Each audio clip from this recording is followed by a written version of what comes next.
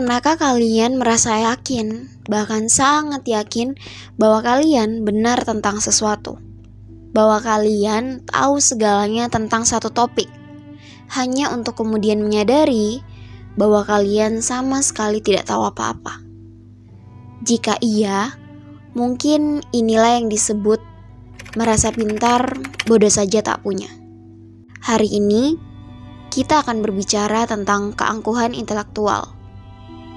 Bagaimana manusia sering kali merasa benar, tetapi sesungguhnya jauh dari kebenaran.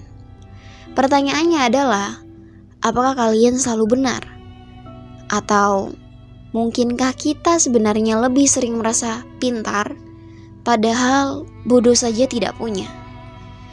Keangkuhan intelektual.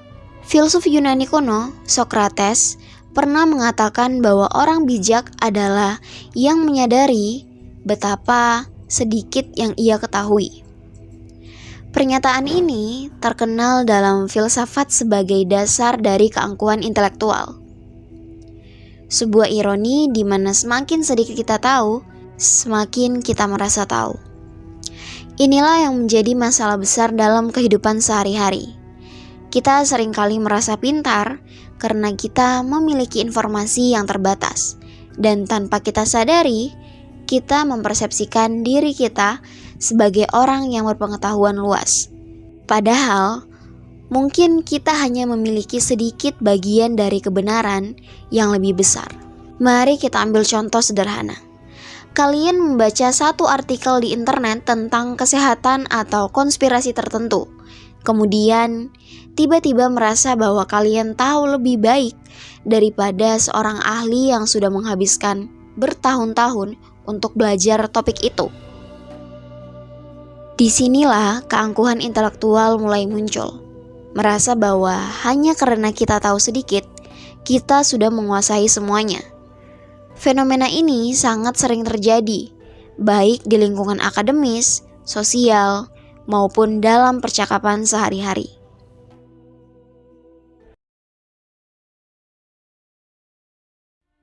Keangkuhan ini sering diperkuat oleh sesuatu yang dikenal sebagai confirmation bias.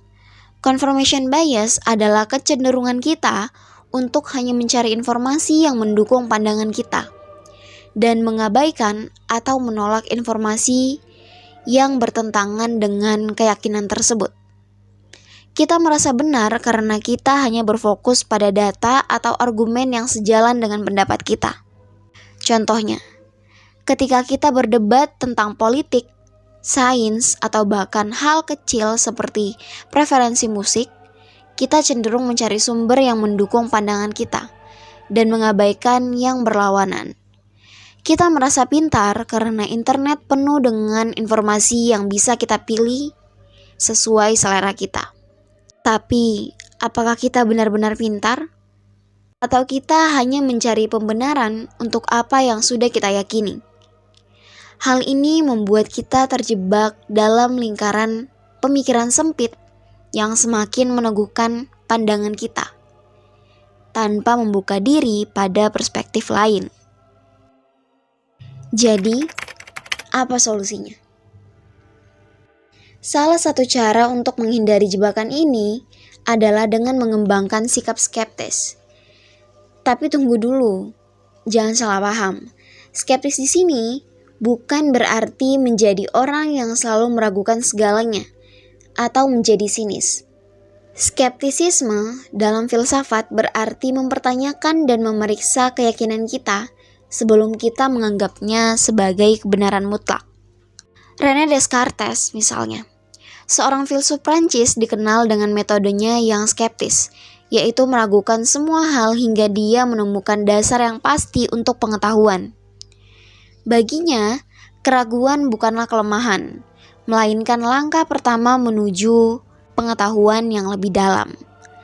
Sama seperti Descartes, kita harus memiliki kerendahan hati intelektual, yakni kesadaran bahwa kita bisa salah dan bahwa selalu ada ruang untuk belajar lebih banyak.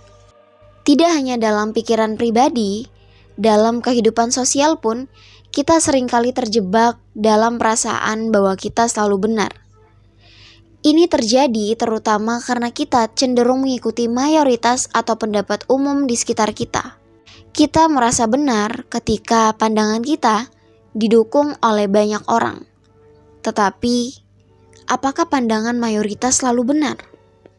Filsuf seperti Nietzsche pernah mengkritik masyarakat secara membabi buta, mengikuti nilai-nilai yang dianggap benar tanpa memeriksa apakah itu sungguh benar bagi mereka. Sebagai contoh, dalam lingkaran sosial atau media sosial, kita sering menemukan orang yang berbicara dengan otoritas seolah-olah mereka benar-benar memahami sesuatu.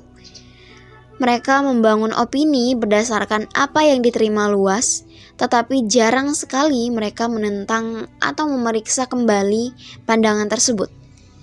Kita harus sadar bahwa popularitas atau kesepakatan sosial tidak selalu menunjukkan kebenaran. Filsuf eksistensialis seperti Jean-Paul Sartre dan Soren Kierkegaard menekankan pentingnya otentisitas dan kebebasan dalam kehidupan. Menjadi benar atau salah bukan sekedar masalah logika atau intelektual. Terkadang, kesalahan adalah bagian dari pencarian makna yang lebih dalam hidup kita. Sartre, misalnya, mengajarkan bahwa kita adalah pencipta makna kita sendiri dalam kehidupan ini. Dalam proses itu, kita akan membuat kesalahan, merasa bodoh, atau bahkan tersesat. Tetapi, itulah bagian dari menjadi manusia.